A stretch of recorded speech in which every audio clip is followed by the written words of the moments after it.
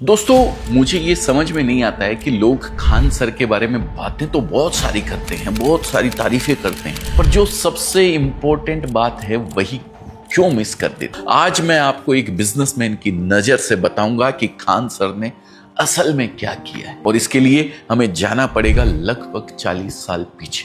सन 1983 India में shampoo एक luxury था।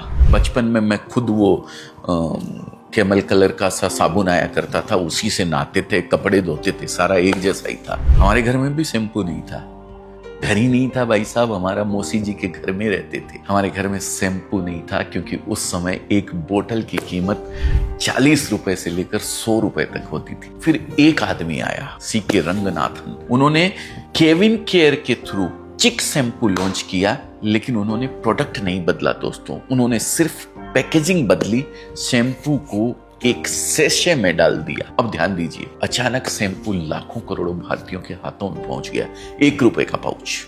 FMCG प्रोडक्ट में ये कॉन्सेप्ट लाने वाले थे चिक बनाने वाली कंपनी केविन केयर के फाउंडर सीके रंगनाथन। उन्होंने दुनिया को सिखाया कि कैसे छोटा सा एक सेशे पूरे मार्केट को बदल सकता है। जैसे जैसे कंपनियों को इस बात में वैल्यू नजर आई, उन्होंने ये मॉडल कॉपी कर लिया। लेकिन एजुकेशन की फील्ड अभी भी इस कॉन्सेप्ट से अछूती थी। तब इस इंडस्ट्री पर कोचिंग माफिया का राज था। किसी कंपटीशन या किसी सरकारी नौकरी की तैयारी करने जाओ तो पता चलता कोई 50,000 फीस मांग रहा है, कोई 1 लाख, कोई 2 लाख, ऊपर से किताबें अलग, स्टडी मटेरियल अलग, टेस्ट सीरीज अलग, हर चीज का बिल अलग। गरीब आदमी कहां से लाता इतना पैसा, कैसे पढ़ाता अपने बच्चों को? कोई अपनी जमीन गिरवी रखता, कोई गहने बेचता, कोई साहूकार से ब्याज पर पैसा उधार ले लेता। ये चीज बदलनी जरूरी थी, और इसे बदलने आए पटना के खान सर। चिक शैम्पू की तरह उन्होंने एजुकेशन को सेसे में डाल दिया। जो दीवार सालों से करोड़ों भारतीय परिवारों के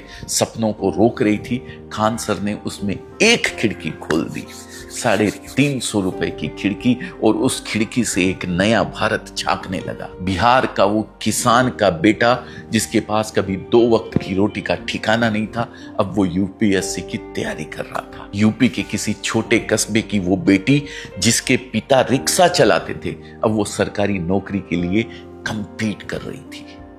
लेकिन खान सर यही नहीं रुके दोस्तों। उन्होंने सोचा कि पटना के एक कमरे में बैठकर मैं रोज ज्यादा से ज्यादा 200-300 बच्चों को पढ़ा सकता हूं, लेकिन भारत में तो करोड़ों बच्चे हैं जिन्हें इस शिक्षा की जरूरत है। तब वे अपने क्लासरूम को YouTube पर ले आए।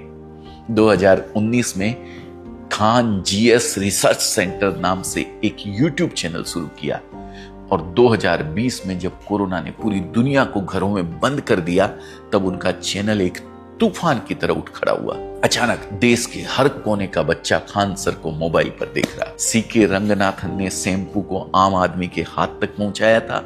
खान सर ने सरकारी नौकरी की तैयारी करने का सपना आम आदमी की जेब तक पहुंचा दिया। वे एजुकेशन की पिरामिड के बॉटम में बैठे करोड़ों बच्चों तक पहुंचे जिन्हें कोई और सर्व करने को तैयार नहीं। और सिर्फ एक बिजनेस एम्पायर नहीं खड़ा किया, बल्कि अपने स्टूडेंट्स के साथ एक ऐसा रिश्ता बना लिया जो किसी भी कंपनी के लिए अपने ग्राहकों के साथ बनाना असंभव है। क्योंकि कंपनीज का फोकस मार्केट में अपने नंबर्स इंप्रूव करने पर होता है, लेकिन खान सर का फोकस एग्जाम में अपने ग्राहकों के नंबर्स, ग्राहकों मतलब अपने स्टूडेंट्स के नंबर इंप्रूव करने पर होता है। साबुन शैम्पू बेचना एक बात है, किसी की पूरी जिंदगी का सपना शीशे में पैक कर देना ये बात ही कुछ और है। अगर मैं एक बिजनेसमैन के नजरिए से देखूं तो खान सर सिर्फ एक टीचर नहीं बल्कि बहुत कामयाब एंटरप्रेन्योर हैं, और उनका बिजनेस एम्पायर 4 मजबूत पिलर के ऊपर खड़ा है।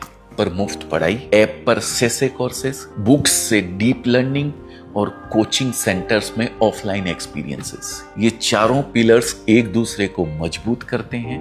YouTube से स्टूडेंट्स ऐप पर आते हैं, ऐप वाले बुक्स खरीदते हैं, और बुक्स वाले फिर कोचिंग सेंटर्स ज्वाइन करते हैं। एक छात्र अंदर आता है, 0 से शुरू होता है, और कुछ सालों में हजारों रुपए स्पेंड करके एक सेटिस्फाइड कस्टमर की तरह बाहर निकल जाता है। उसे ये एहसास भी नहीं होता कि वो कब उसकी विंडो शॉपिंग एक रियल शॉपिंग एक्सपीरियंस में बदल गई। खान सर शायद इसलिए मुझे और भी अच्छे लगते हैं क्योंकि उनका फोकस सिर्फ बिजनेस नहीं है, वो लोगों का दर्द समझते हैं और सिर्फ समझ सिंपैथी नहीं दिखाते हैं बल्कि एक सॉलिड सॉल्यूशन निकालकर उनकी तकलीफ दूर कर देते हैं। जब वो मुझसे मिले तो उन्होंने मुझे एक बात कही, अजय जी आप बहुत अच्छा काम कर रहे हैं, हम लोगों को एजुकेट करते हैं, लोगों को पढ़ाने का कोशिश करते हैं, लोगों को शिक्षा देते हैं, लेकिन जो पास नहीं हो पाए वो क्या करेंगे। अजय जी आप उन लोगों के लिए सोच रहे हैं जो कम पढ़े लिखे हैं, आप उन लोगों को ऐसा बिजनेस दे रहे हैं जो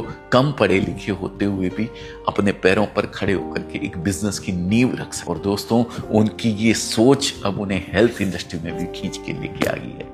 2025 में खान सर ने पटना में एक हॉस्पिटल की शुरुआत की, नाम है खान सर हॉस्पिटल। और जानते हैं इस हॉस्पिटल की फीस क्या है? ब्लड टेस्ट सिर्फ 7 रुपए, ईसीजी सिर्फ 25 रुपए, एक्सरे 35 रुपए, अल्ट्रासाउंड करीब 100 रुपए और सबसे चौंकाने वाली बात, डायलिसिस शुरू होती है 350 रुपए से। ध्यान है ना, 350 रुपए से, ध्यान से सुनिएगा। वही 350 रुपए जो उनकी कोचिंग की फीस है, वही उनकी डायलिसिस की फीस है। ये कोइंसिडेंस नहीं है, ये खान सर का सिग्नेचर है, उनका ब्रांड है, उनकी पहचान है। जो उन्होंने एजुकेशन में किया वही अब हेल्थ केयर में कर रहे हैं और ये सिर्फ शुरुआत है।